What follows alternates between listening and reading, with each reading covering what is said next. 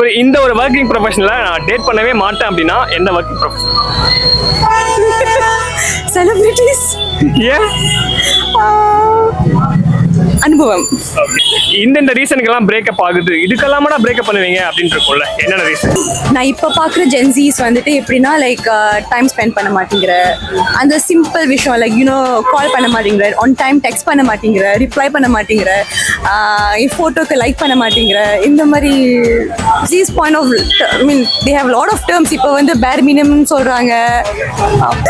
ஜென்சிஸ்னாலே கொஞ்சம் ஜென்சிஸ் வந்து 2 டைப் இருக்குது. They are good and they're also different. நான் பேட்னு சொல்ல மாட்டேன், பட் அந்த மாதிரி பண்ணாதான் லவ், அது பண்ணனா லவ் இல்ல.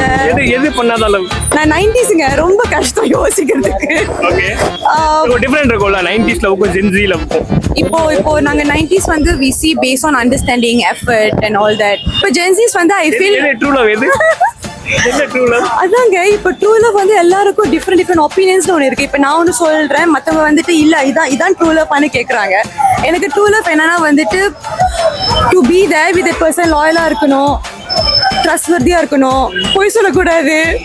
அதாவது இப்போ யூ ஆஸ் ஜென்சிஸ்னா அவங்க ஸ்மார்ட் என்ன சொல்றாங்கன்னா இதெல்லாம் பேர் மினிமம் ஆச்சே.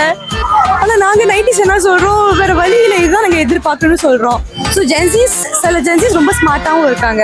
ஸோ நான் இங்கே கமெண்ட் பண்ணுறதுக்கு எதுவுமே இல்லை.